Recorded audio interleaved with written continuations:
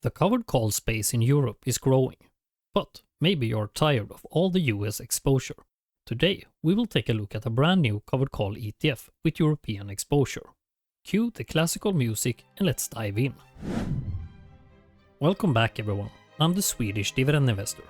This will just be a short update for you guys today. So, a lot of covered call ETFs have exposure to US equity and the dollar. But as demand grows, so does the variety of ETFs in the covered call space. If you want to know how covered call ETFs work, I've linked a video in the description where I explain how they work. So make sure to watch that.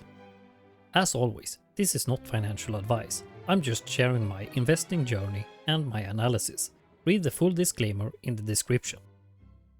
Today, we will take a look into the ticker JEPE or JEEP, JPM Europe Equity Premium Income ETF. It is brand new, but we got some info about it. The fund will have exposure to around 150 European stocks.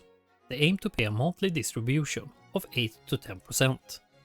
If we check out JP Morgan's website, they list their fund size, 8.6 million euros. Correction, in less than a week, it has gone up to 21.7 million euros, and we see their expense ratio is 0.35%. Pretty decent for an actively managed ETF. It is traded in euro, and the distributions will be in euro as well. So their goal with the ETF is to invest in a portfolio of equity securities comprising primarily of companies that are domiciled in or carry out the main part of their economic activity in a European country and sell equity call options and/or equity index call options to generate an income through the associated dividends and option premiums. So, what about their holdings? The top 10 are the following: ASML, AstraZeneca, Roche, Nestlé, Shell, HSBC, Novartis, Siemens, Allianz, and Banco Santander. Now, I downloaded their holdings list, and we do see a lot of companies, but also cash positions and futures. I guess they haven't really started with their option strategy at the time of the recording. Looking at their option strategy and portfolio allocation, we can see this in the supplement for the fund. The sub-fund aims to invest at least 67% of its assets, excluding assets held for ancillary liquidity purposes, in equity securities issued by companies that are domiciled in or carrying out the main part of their economic activity in a European country.